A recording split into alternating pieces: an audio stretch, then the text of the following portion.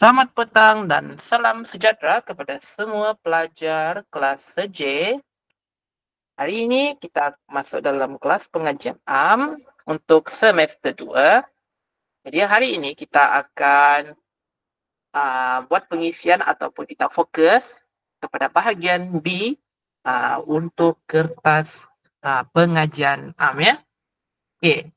Jadi sebelum kita akan meneruskan kita punya sesi kelas, jadi adalah lebih baik kita buat apa ni? Kita tunjukkan dahulu contoh soalan sebab hari itu kita tidak sempat. Kita tidak sempat tunjukkan contoh ataupun format peperiksaan apa kan pengajian AM. So bagi saya masa untuk kita Google dulu sekejap.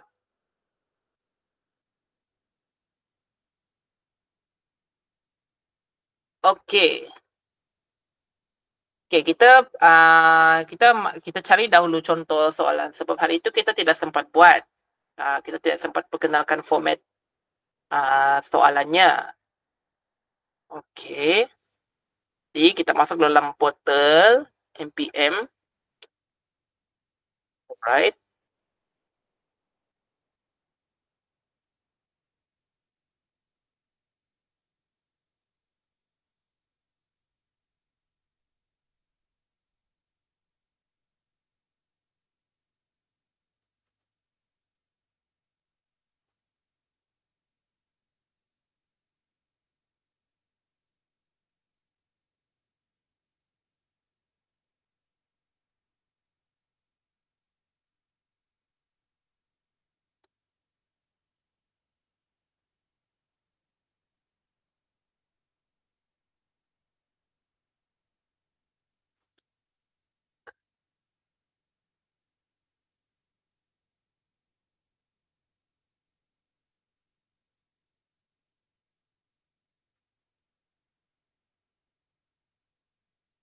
Baik.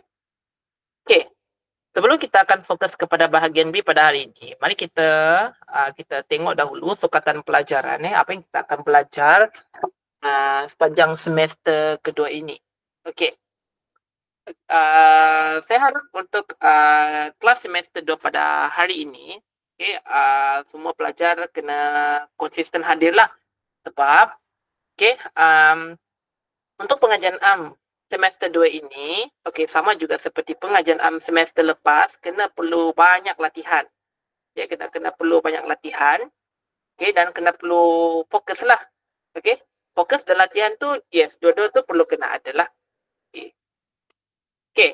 Untuk semester 2 kali ini, antara topik ataupun subtopiknya, yang perlu kita perlu kita akan pelajari, yes, Christopher, graf markah tinggi. Yes, betul.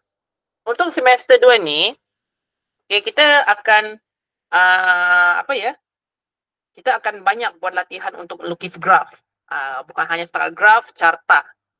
Kita kena lukis graf dan carta. Sebelum kita akan menjawab soalan, kita kenal dahulu jenis-jenis graf dan carta. Macam mana dari segi cara kiraan dia, nak ambil datanya, macam mana kan? Itu yang kita mesti kena ada kemahiran sebegitu. Sebab tu dalam setiap kali kalau kita nak buat kelas kan, macam sekarang ni kita sudah masuk minggu kedua lah kan. Kalau ikutkan dalam minggu persekolahan, kita sudah masuk minggu ketiga. Tapi sebab hari itu ada saya pergi deal dulu dengan semester 2 yang lepas, jadi kita terlewat sedikit lah, tapi tidak apa. Untuk topik, kita akan fokus kepada ahli bentuk komunikasi. Jadi soalan untuk melukis graf dengan melukis carta tu, kita panggil dia sebagai soalan ahli bentuk komunikasi, di mana kita akan pelajari linear kepada bukan linear. Linear kepada bukan linear. Linear tu maksud dia adalah dalam bentuk teks. Dan bukan linear tu maksud dia adalah kita akan pindahkan kepada dalam bentuk carta. Yang kedua adalah kita akan mempelajari Malaysia maju dan sejahtera. So ada banyak sub-topik di sinilah. Okey, antara subtopik di sini kita akan telusuri dalam masa sekejap saja, iaitu yang pertama, apakah petunjuk bagi negara maju dan sejahtera? Semester lepas kita belajar tentang konsep negara berdaulat. Jadi apa ciri-ciri negara berdaulat? Untuk semester 2 ni kita akan pelajari apakah ciri-ciri, lebih kurang macam ciri-ciri lah. Ciri-ciri atau petunjuk untuk menunjukkan sesebuah negara itu adalah negara yang menunjukkan negara maju dan sejahtera. So dia ada 7 petunjuk di sini yang kita akan pelajarilah satu persatu. Okay, seterusnya adalah ideologi, wawasan dan dasar pembangunan negara. Jadi ada banyak dasar-dasar sini yang pernah dikemukakan ataupun pernah dicadangkan ataupun pernah diutarakan oleh Perdana-Perdana Menteri pada sebelum-sebelumnya. Salah satu, kalau ideologinya adalah rukun negara. So sampai sekarang kita masih lagi sampai lagi kita masih lagi berpandukan kepada prinsip rukun negara. Selalunya kita tahu pasal prinsip je kan, tapi tahu tak kita pernah tahu tak rukun negara ni dia ada background atau latar belakangnya sebelum ini. Apakah objektifnya? Dan tentunya kita kena tahu prinsip-prinsip rukun negara. Okay, so ada banyak dasarnya di sini. Okay, kita sepintas lalu sajalah. Okay, sebenarnya ada banyak dasar-dasar yang sudah dicadangkan, bukan hanya setakat dalam buku saja di sini, tetapi kalau mengikut pada bila setiap kali pertukaran kerajaan kan, okey sudah ada dasar-dasarnya yang kita akan belajar di situlah. Okey. Serta yang ketiga adalah cabaran dan penyelesaian dalam memajukan sesebuah negara dan mensejahterakan negara tersebut. Okey. So ini ada 8 cabarannya lah. Okey, yang ini biasanya kita akan belajar dalam esei lah. Okey, dalam esei. Dan yang wajib sekali di sini adalah kerja kursus ataupun kerja projek. Untuk kerja kursus di sini, saya tidak handle sebenarnya sebab saya hanyalah pertama sekali saya bukan guru tingkatan 6, saya hanyalah guru perdana, tetapi saya mengajar tingkatan 6 lah. So kira dalam 2 dalam 1 lah begitu. Jadi saya tidak handle lah sepenuhnya dalam kerja kursus ni. Jadi korang di sini, pelajar-pelajar saya di sini, so kena dapatkan bimbingan daripada guru pembimbing yang korang pilih ataupun yang telah dipilih di institusi atau sekolah masing-masing. Ya, tapi kalau hendak meminta cara ataupun nak tahu sama ada cara ini betul ke ataupun tidak, mungkin saya boleh membantulah di situ. Okey, untuk yang kerja projek atau kerja kursus ni saya tidak akan menyentuhlah. Sebab kita hanya akan sentuh untuk kertas 2 sahaja, bahagian A, B dengan C. Okey. Untuk tajuk bagi topik ideologi, wawasan dan dasar pembangunan negara, mungkin kita tidak hanya menyentuh apa yang terkandung dalam nota kita semata-mata saja ya.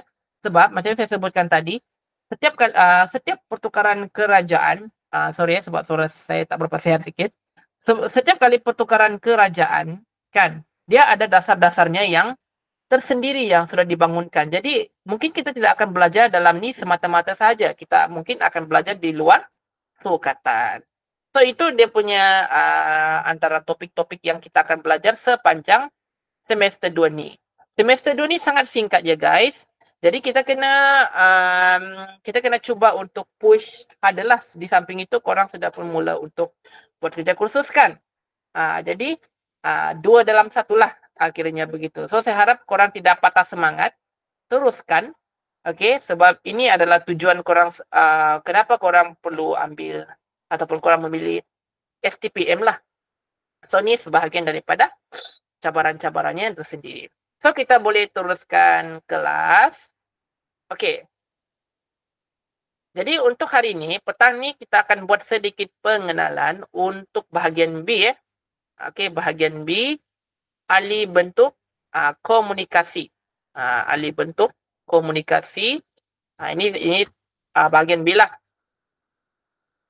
Okey. Ahli bentuk komunikasi. Linear kepada bukan linear. Okey.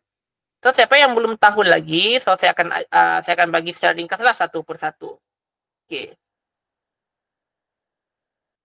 Baik. Untuk Untuk menjawab soalan, ada dua perkara yang kita akan kuasai. Yang pertama adalah dari segi cara kira mengira. Dan kedua adalah kefahaman kita untuk mengira, untuk melukis graf atau carta. Okey, bila kita melukis graf atau carta, kita tidak boleh salah. Okey, kita tidak boleh salah.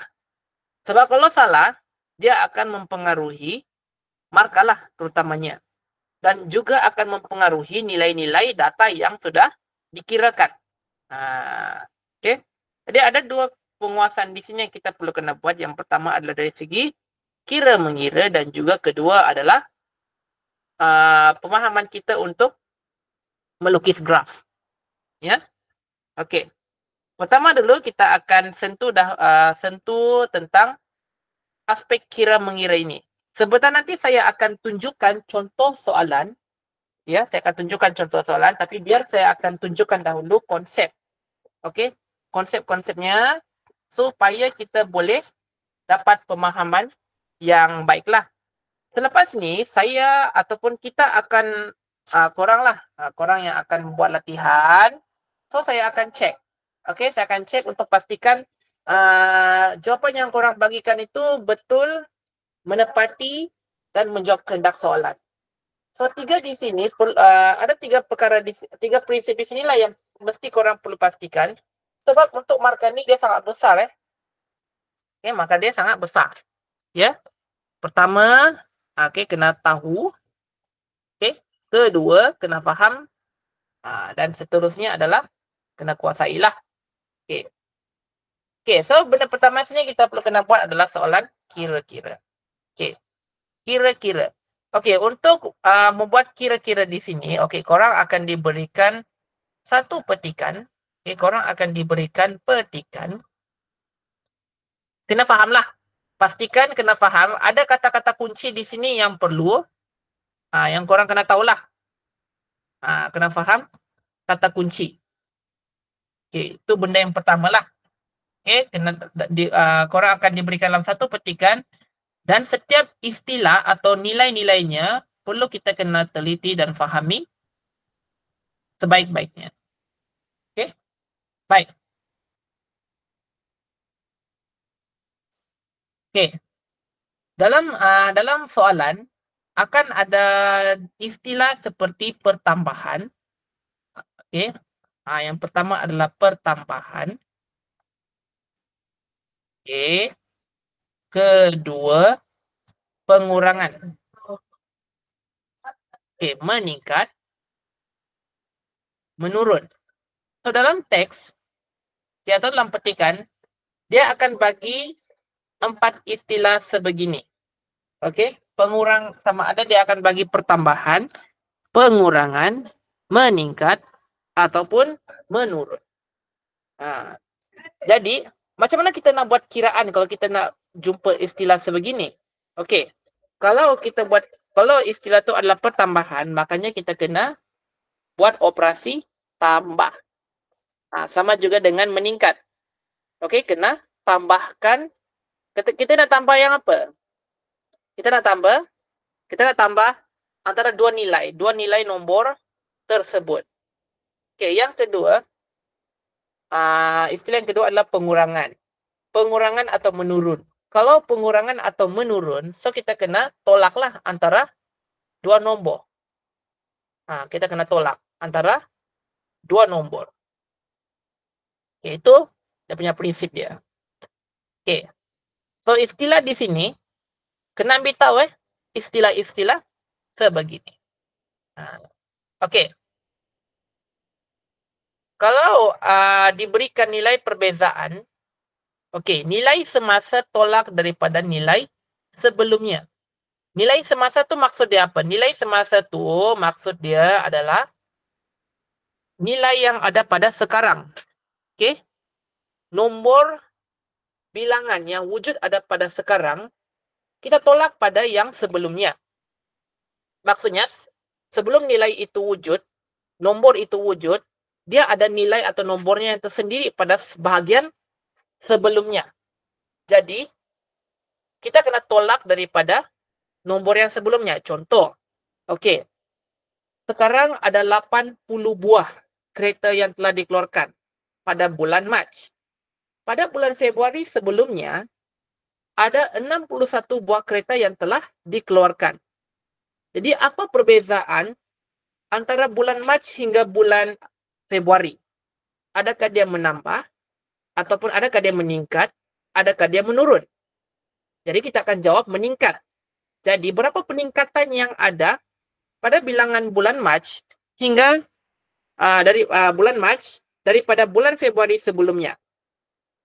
So, di sini perkataan perbezaan tu dia akan gunakan di situlah.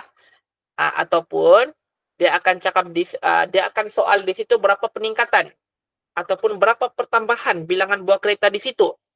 So, kita kena tolaklah 80 tolak dengan 61.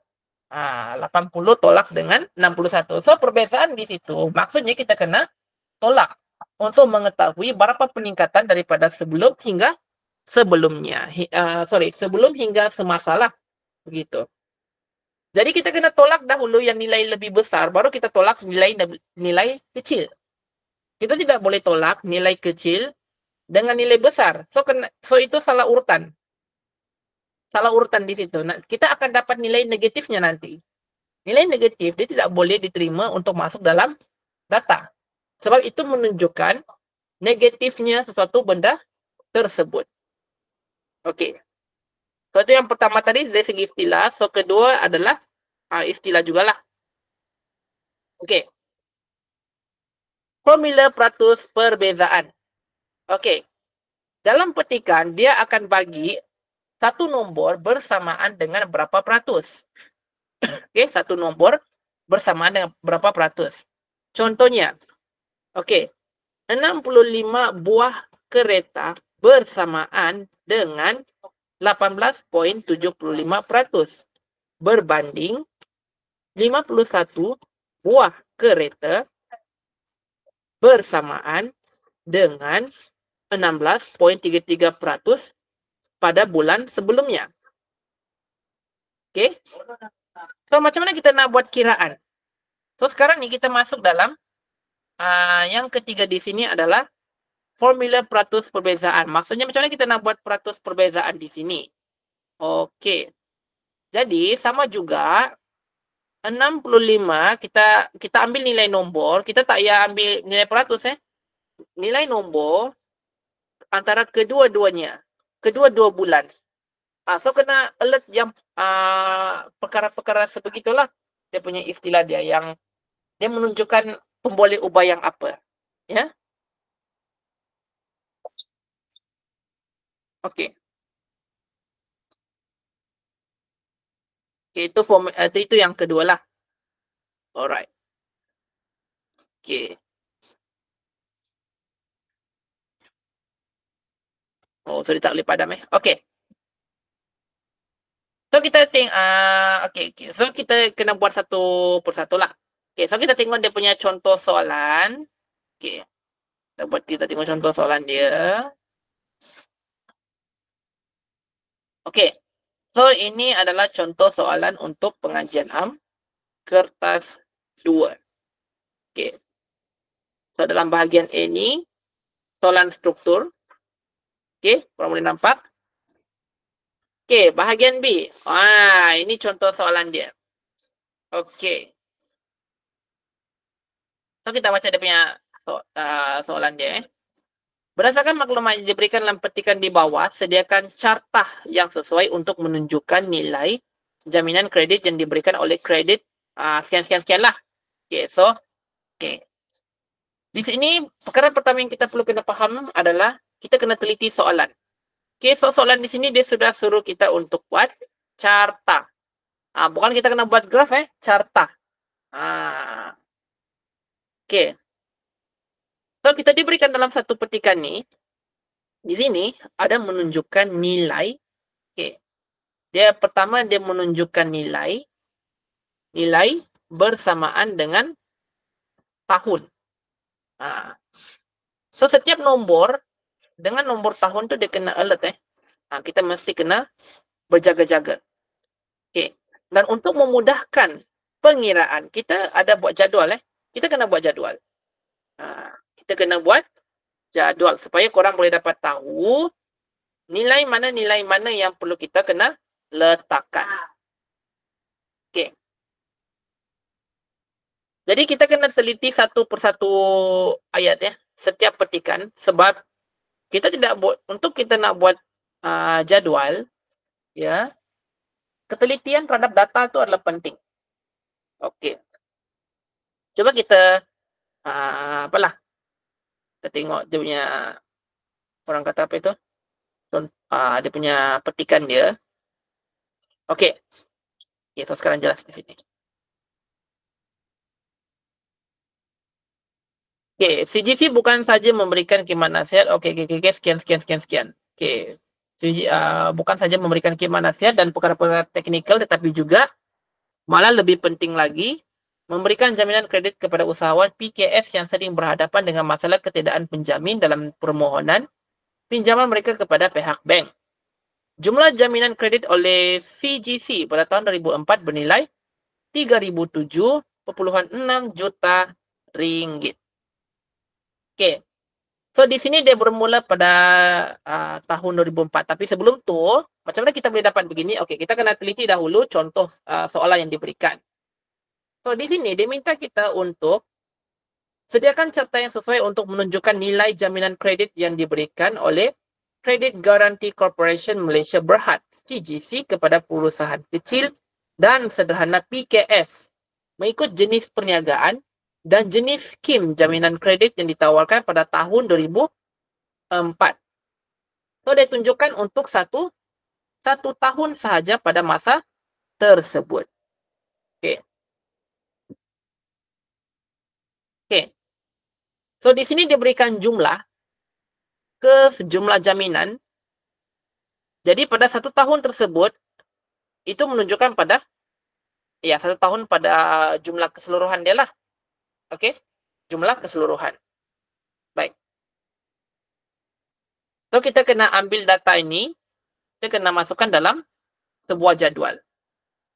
So untuk hari ini kita akan kita akan bagi tunjuk sajalah satu persatu macam mana kita nak fahamkan istilah supaya senanglah untuk buat korang punya kiraan. Okey. So kita kena tulis dalam satu notes Okey, pada tahun 2004. Okey, 2004 itu kita ambil dia punya jumlah keseluruhan dia lah. Berjumlah sebanyak 3,007 dan 6 juta ringgit. 3,007 dan 6 juta. Ini jumlah keseluruhan dia lah. Okey. Angka ini merupakan peningkatan sebanyak 12.1% berbanding dengan tahun 2003. Dengan bilangan usahawan yang terlibat sebanyak 8,452 orang. Okey, di sini dia menunjukkan pada tahun 2003 Tapi dia berikan nilai dalam bentuk peratus. 12.1%. Ini menunjukkan 2003 tu dia meningkat kepada 2004 sebanyak 3,007.6 juta ringgit.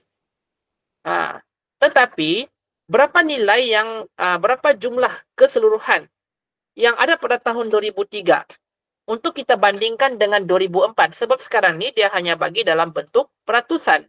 So macam mana kita nak kira ni?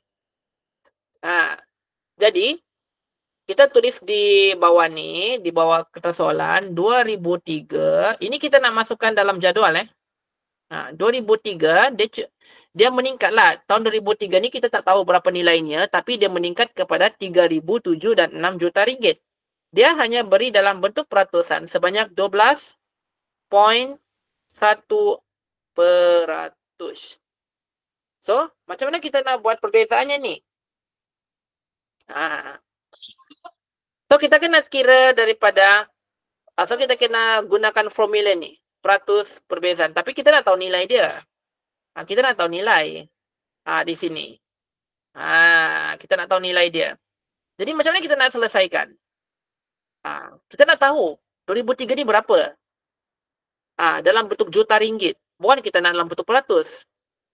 So ini menunjukkan peningkatan saja. So itu yang korang kena faham di situ. So kita kena tahu macam mana kita nak cari nilai tahun sebelumnya supaya kita boleh dapat perbezaan antara kedua-duanya. Kita tak nak dalam bentuk peratus, kita nak dalam bentuk unit juta ringgit, dalam bentuk nilai, bukan dalam bentuk peratus. So itu yang korang kena tahu.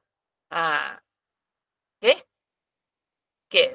Kita baca petikan yang seterusnya. Daripada 3,007 dan 6 juta ringgit itu, sebanyak 1,822 ringgit dan 9 sen juta diberikan kepada usahawan PKS yang menjalankan perniagaan am.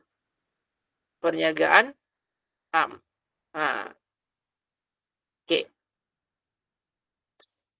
Jumlah usahawan yang mendapat jaminan kredit untuk jenis perniagaan ini ialah yang paling banyak, iaitu 5,624 orang. Okey, 5,624 orang ini menunjukkan pada tahun 2004. Jadi, kita ada nilai bilangan orang yang kita sudah dapat. Okey, pada tahun sebelumnya, iaitu pada tahun 2003 ada 8,452 orang. Jadi, sekarang ni kita ada dua pemboleh ubah. Pemboleh ubah tu maksud dia adalah perkara yang ingin hendak disampaikan. Okey, untuk ini dalam bentuk juta ringgit ni, yang pertama kita dapat pemboleh ubah yang pertama di sini kita dapat ialah nilai jaminan kredit. Nilai jaminan kredit CGC. Ini nilai dia. Dalam bentuk juta ringgit. Okey, ini pemboleh ubah yang pertama. Pemboleh ubah yang kedua adalah jumlah usahawan. Okey, jumlah usahawan. Jadi ada perkara pertama, ada dua perkara yang kita boleh buat di sini. Yang pertama, kita kena mengenal pasti pemboleh ubah dia lah. Okey, pemboleh ubah tu kita kena teliti satu-satu data dia. Sebab dia akan menceritakan lebih daripada satu data. Macam contoh kan, okey, tadi masa pembacaan awal, pertama sekali kita dapatkan data dia tentang jumlah jaminan kredit. Itu pemboleh ubah yang pertama. Okey, pemboleh ubah yang pertama. Lepas tu, di petikan pada ayat yang seterusnya, dia cerita pula pasal bilangan usahawan.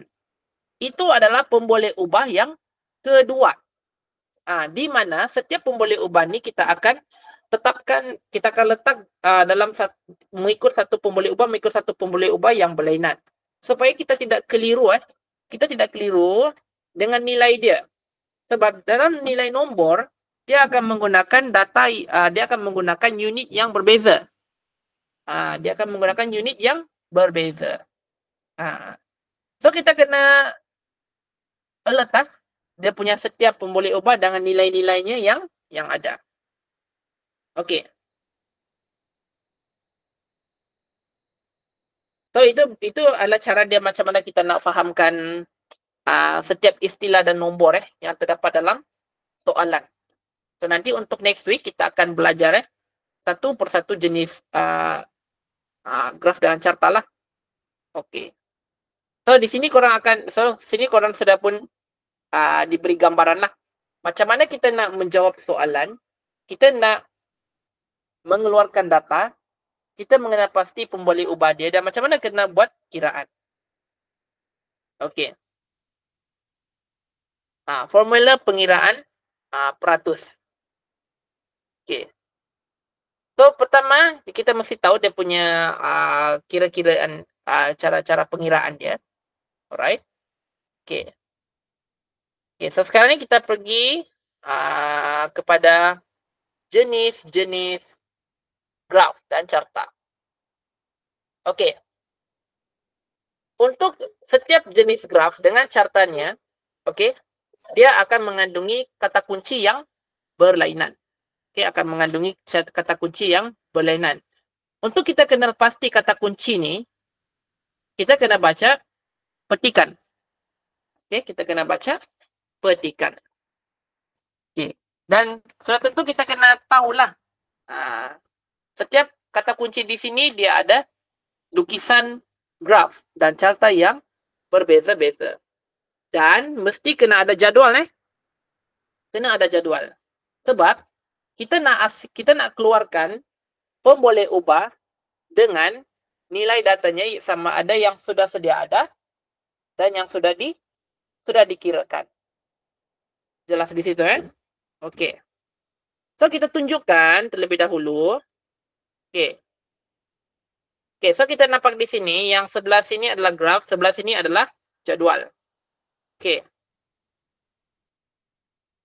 Untuk lukisan jadual ni, kita kena lukis jadual terlebih dahulu barulah kita pindahkan kepada dalam bentuk graf. Okey. Di bahagian atas di sini, ini kita panggil dia sebagai pemboleh ubah. Okey, kita panggil dia sebagai pemboleh ubah. Bukan hanya berada di bahagian atas saja bahagian sebelah kiri pun dipanggil juga sebagai pemboleh ubah. Jadi di sini setiap satu bahagian kolom di sini kita akan letakkan nilai-nilai nombornya yang sudah sedia ada ataupun yang sudah dikirakan. Sama ada kita sudah menambah ataupun sudah ditolak. Ya. So, untuk yang graf ini, graf yang pertama yang kita akan belajar di sini adalah graf compound. Okey, graf compound. Okey, graf compound akan mengandung, macam mana kita nak tahu kalau kita boleh dapat lukis graf bar compound melalui soalan di sini? Kita kena tengoklah kata kunci dia. Asal ada kata kuncinya di sini, perubahan, nilai, kuantiti, bilangan, perbelanjaan, peratus, pengeluaran, kadar, keluasan, dan sebagainya, confirm itu adalah graf bar compound. Graf bar compound, dia mesti ada dua. Biasanya ada dua sublah di sini. Okey. Dia ada dua pemboleh ubah yang kita kena letak di kiri jadual. Kalau dalam hal ini kan dia melibatkan dua negara lah. Begitu. Itu dipanggil sebagai dua pemboleh ubah. Dan di bahagian atas jadual, dia kena ada lebih daripada 3 atau 4 pemboleh ubah di atas jadual. Okey, so ada soalan tak setakat ini? Apa maksud dia? Okey. Pemboleh ubah di kiri jadual, maksud dia di sini. Kalau korang tengok di sebelah kiri, sini. Okey, saya guna ni lah. Hijau. Okey. Saya tandakan warna hijau ni. Yang okey. So, ini adalah pemboleh ubah di kiri jadual. Sekejap ya.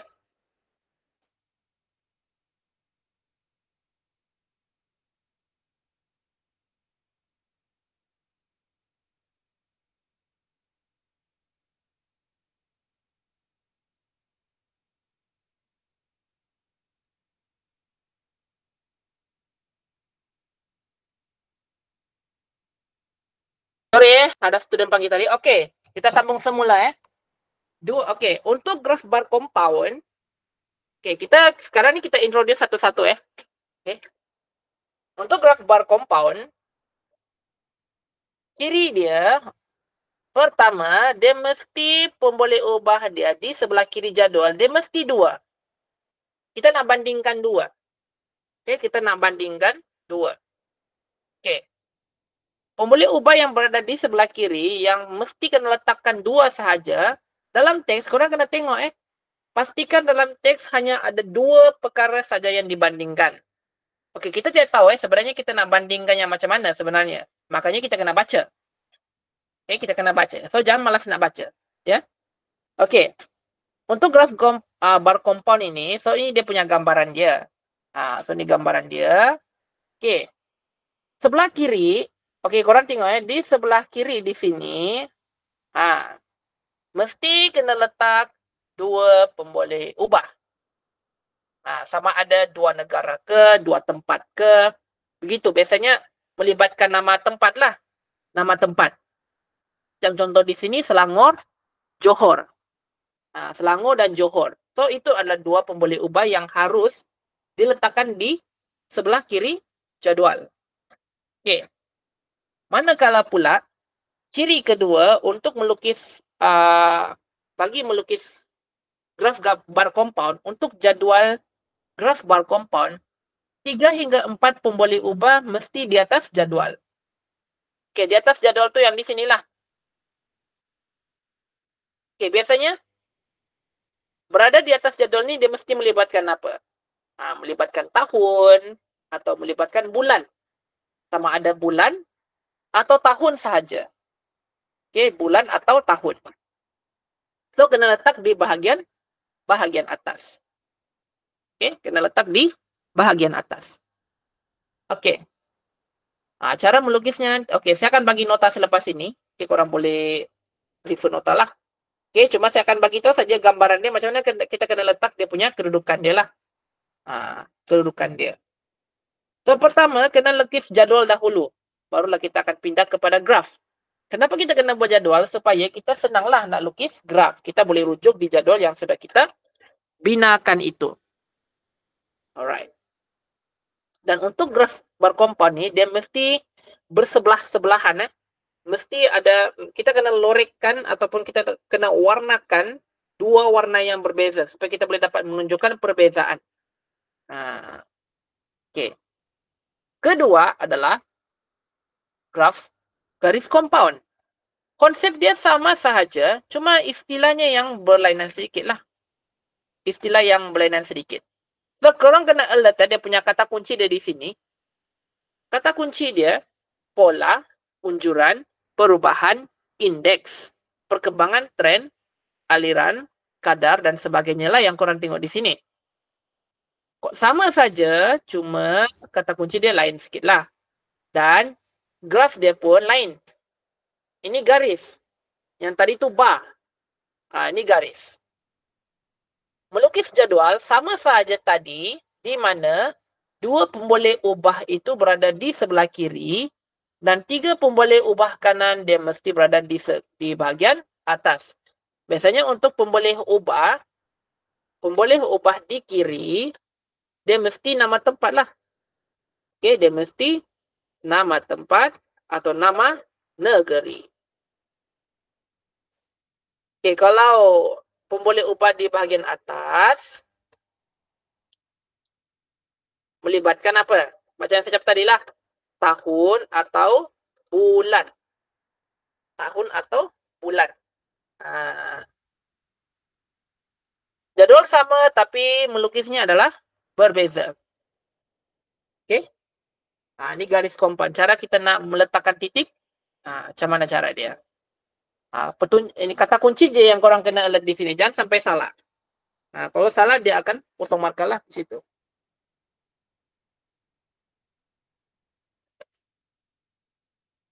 Ketiga. Okey. Kalau tadi itu kita sudah tahu kan. Okey, graf bar, compound. Graf garis, compound. Okey. Sekarang ni adalah graf bar component. Graf bar component berbeza daripada graf bar compound. Kalau compound dia hanya sebelah-sebelah. Dia bersebelah-sebelahan. Di mana setiap bar hanya bersebelahan sahaja. Kalau graf bar component dia bertindih-tindih. Dia bertindih satu sama lain. Bertindih satu sama lain. Okey, untuk melaksanakan ataupun melukis graf bar component, okey, so ini adalah kata kunci dia. Kalau katanya gabungan, paling senanglah kalau kita nampak di sini gabungan, otomatik itu adalah graf bar compound. Okay, sama juga dengan istilah kata-kata kunci yang lain. So, semua ni dia akan diletakkan dalam petikan dalam ini. So, kita kena hati-hati. Okay. Graf bar komponen dia bertindih-tindih. Alright. So, untuk melukis jadual, terlebih dahulu, kita kena lukis jadualnya. Okey. Untuk mendapatkan data, dia mesti kena kira daripada atas hingga bawah. Okey, bukan daripada bawah hingga atas. Kalau kita tengok dalam jadual di sini, okey, kita tengok dalam jadual di sini. Okey, harap korang boleh nampaklah. Okey.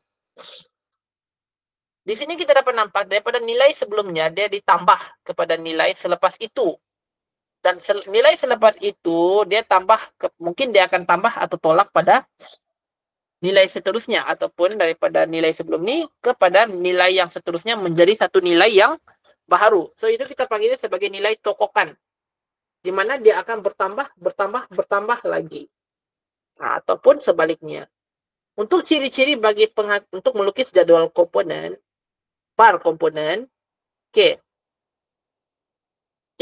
Dia biasanya melibatkan tiga pemboleh ubah untuk kita letakkan di sebelah kiri. Okey, sebelah kiri. Sekejap sorry. Okey, so kita di sini sudah kan? Okey. 3 pemboleh ubah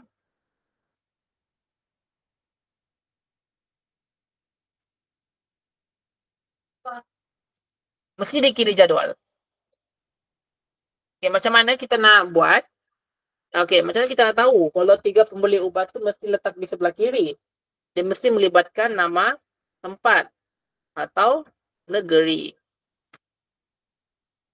Kalau di bahagian atas, 3 pemboleh ubah di atas, dia melibatkan tahun atau bulan. Melibatkan tahun atau bulan. Okey.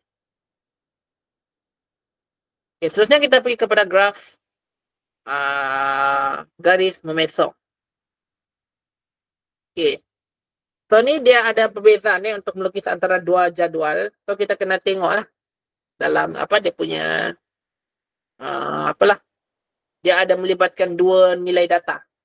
Untuk graf memesong ini sama ada dia melibatkan nilai peratus nilai peratus positif negatif. Positif negatif. Selain daripada itu kata kunci yang digunakan untuk memerlukan kita melukis graf garis memesong ini adalah okey. Selain daripada nilai positif dan negatif, kadar pertumbuhan. Dia akan tanyakan. Kata kunci dia sama juga seperti graf garis. Graf garis tu maksudnya adalah graf garis. Inilah pola, ujuran, perubahan, indeks, aliran, begitu. Okey. Cuma untuk yang graf memesong ini, dia lebih more kepada kata kunci yang berfokuskan kepada nilai positif dan negatif dan juga kadar pertumbuhan. Okey, boleh faham di situ Okey.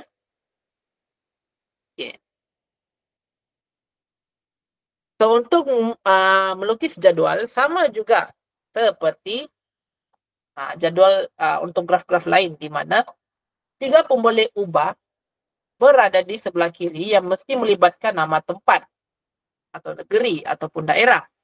Dan untuk di bahagian atas melibatkan nama melibatkan tahun atau bulan.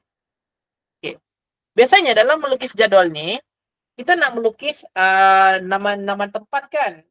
Nama tempat ataupun nama sektor ataupun jenis pekerjaan, kita mesti di sebelah kiri. Dan untuk yang melibatkan nilai seperti tahun, bulan, dia mesti berada di bahagian atas. Okey, mesti bahagian atas. Okey. Graf bar memesong. Okey, graf bar memesong. Okey, so korang tengok je dia punya kata kunci. Cara dia melukis sama juga untuk jadual sama seperti graf garis memesong. Cuma cara dia saja yang berbeza untuk melukis graf. Untuk melukis graf.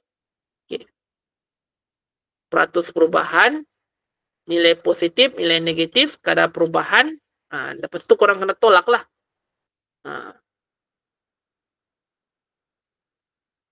Okay. Graph bar pyramid histogram. Okay. Kata kunci di sini adalah mengenai tentang sociality lah. seperti bilangan kelahiran, mengikut jantina, kumpulan etnik, kumpulan umur atau julat umur, julat pendapatan, julat simpanan, 1 atau maksimum 2 tempo. Okay, so itu dia punya kata kunci dia untuk melukis graf bar histogram. Okay, untuk melukis jadwal, okay, dia punya sub dia, okay, di sebelah kiri dia mesti kena ada kata kunci dia ataupun dia punya mesti kena cakap hingga. Okay, hingga. Di sebelah kiri. Pemboleh ubah di sebelah kiri mesti mengandungi perkataan hingga. Sebab dia tidak sama dengan graf yang lain. Dia sudah ada nilai yang sudah dapat kirakan. Kalau untuk graf piramid histogram ini, kita akan menjulatkan. Maksudnya nilai dia ini tidak tetap. Ini untuk kita letakkan di pemboleh ubah sebelah kiri. Kita tidak boleh dapat mengagak. Macam contoh 16 hingga 25. 16 tahun berapa umur? 17 tahun berapa umur? So, kita tidak boleh kira macam tu. Sebab kalau kita boleh dapat menentukan nilai yang lebih tepat, bar piramid histogram ini dia tidak akan menjadi. Ini lebih kepada graf bar yang secara biasa. Yang ini lain sikit. Ya. Untuk yang berada di berada di bagian atas. Okey. Bagian atas jadwal kita biasanya dia akan asingkan mengikut jantina lah. Laki, perempuan. Asal kalau dia kata mengikut jantina, otomatik itu adalah kita kena lukis graf bar piramid histogram. So kita kena tengok berapa lelaki, berapa perempuan untuk mengikut setiap peringkat-peringkat dia. Peringkat-peringkat dia itu adalah kelahiran dia, etnik, kumpulan umur, julat pendapatan atau julat simpanan dia. Ya. Okey, ada beberapa graf bar piramid. Okey. Ini adalah 2 graf bar piramid. Konsep dia sama juga macam mana yang kita sudah buat tadi lah. Okey, cuma dia cara melukis itu dia berbeza. Kalau tadi itu piramid. Ini piramid histogram. Ini piramid yang biasa. Sama seperti graf bar, komponen dan compound. Tetapi, so kita anggap saja di so ini ada nama dia. Yang pertama adalah piramid compound. Dan kedua adalah piramid komponen. Kalau piramid compound, dia sama juga macam histogram. Tetapi, dia bersebelah-sebelahan. Dia bersebelah-sebelahan. Kalau piramid komponen, dia bertindih-tindih. Dia bertindih-tindih. Dan kata kunci dia di sini, sama juga seperti graf bar piramid histogram. So, kata kunci korang kena tengok di sinilah. Cara melukis jadwal juga macam mana yang saya sudah tunjukkan tadi. Cuma yang bentuk jadwal tu yang korang kena tengok lah. Setiap graf, dia mempunyai pelukisan jadwal yang berbeza-beza. Ya. Graf bar gabungan. Ini melibatkan gabungan graf garis dengan graf bar. Cuma yang kita kena alert di sini adalah dari segi jenis-jenis dia. Kita kena alert dengan jenis-jenis dia. Kata kunci dia di sini, satu isu yang sama tetapi 2 kehendak yang berbeza. Maksud dia di sini, kita nak cerita tentang negara Malaysia kan. Negeri Perak lah, kita contoh, negeri Perak. Kita nak tahu berapa lelaki dan berapa perempuan untuk di bandar dan untuk daerah. Ada beza bandar dengan daerah di sini. Jadi kita boleh gunakan bandar untuk melukis graf bar dan daerah untuk melukis graf garis. Tetapi yang jenis macam mana, dia kena tengok pada kata kunci lah. Dia kena tengok pada kata kunci sebab semua jenis graf sama ada bar ataupun garis, dia sudah ada kata kuncinya yang masing-masing. So, namanya pun adalah gabungan. So, kita kena alert lah di situ. Biasanya dia, satu lagi, dia akan gunakan serta dan perkataan dan. So, pelukisan jadwal juga kena asingkan lah. Ataupun kita boleh gabungkan. Tapi kita kena buat juga dalam bentuk berasing. Sama ada kita nak pakai dengan cara ni, atau kita kena pakai cara yang ini. Okey. Carta pai banding. Ini carta. Asal kalau dia kata carta, so kita kena buat carta pai. Carta pai ni ada dua. Carta pai banding, carta pai tong. Carta pai bandingan ni, bulatan bulatan yang pada sebelah kiri, dia mesti kecil. Dan harus dibesarkan pada graf, pada carta pai yang kedua. So biasanya untuk buat bandingan, dia mesti besar lah. Kalau nilai dia lebih besar, jadi pelukisan carta tu juga dia mesti besar. Walaupun dia kata di sini membandingkan, kita nak bandingkan daripada 2 tahun yang sebelumnya. Tapi 1 tahun tu dia mesti kecil, 1 tahun tu dia mesti besar. Dan boleh kita nampak di sini melalui cara kita melukis. Kecil dan besar. Ya. Dan untuk menentukan, dia mesti ada nilai jejari dia. So, benda ni kita kena lukis guna carta, kena lukis guna jangka lukis. Kita kena lukis guna jangka lukis.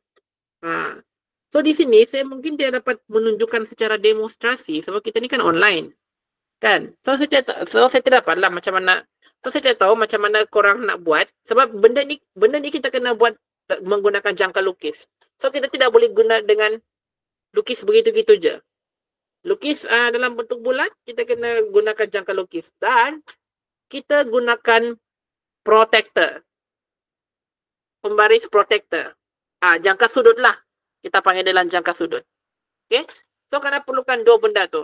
Jangka sudut, jangka lukis. Saya tidak tahu macam mana saya nak tunjukkan demo dia. Sebab kita ni kan online. Begitu. Kalau saya buka kamera sekalipun, nampak nanti korang tak jelas pula. Sebab saya tak ada tripod. Saya tak ada tripod macam mana nak tunjukkan. Mungkin dalam YouTube, okay, di YouTube mungkin ada cara, ada macam mana kita nak gunakan protector dengan jangka lukis di situlah. Untuk melukis carta pai. Dia tidak boleh buat bulat-bulat begitu je. Dia mesti cantik. Sebab itu ada penilaian dia tersendiri. Ya. Dan akhir sekali adalah carta pai tong. Sama juga kita kena lukis menggunakan jangka lukis dan juga jangka sudut. Okey. So jadual dia juga dia berbeza lah daripada yang carta pai banding. Okey. So apa yang kita boleh dapat daripada pengenalan setiap jenis carta-cartanya dan juga graf adalah pertama di sini kefahaman terhadap kata kunci dia mesti kuat. Sebab apa? Setiap kata kunci dia berlainan untuk setiap bar dengan carta. So korang tidak boleh salah untuk faham. Untuk kata kunci kita akan banyak jumpa dalam soalan. Banyak kena jumpa dalam soalan. Kedua di sini, teknik melukis graf dan carta mesti betul. Mesti betul. Ketiga, kemahiran mengira mesti dikuasai. Untuk menguasai kemahiran mengira, pemahaman terhadap kata kunci juga mesti kuat. Apalagi kalau menggunakan kata kunci pertambahan, pengurangan, meningkat dan menurun. Kalau pertambahan dan meningkat tu maksudnya kita kena tambah. Dan kalau dia kata menurun atau pengurangan sebanyak berapa, so kita kena tolak. Macam mana kita nak tukarkan peratus kepada nilai? Dan akhir sekali, pemahaman untuk melukis jadual penting sebab setiap graf dan carta ada pelukisan jadual yang berbeza-beza. Okey. So setakat ni ada tak soalan yang korang nak tanya sebelum kita akan tamatkan kelas pada hari ini?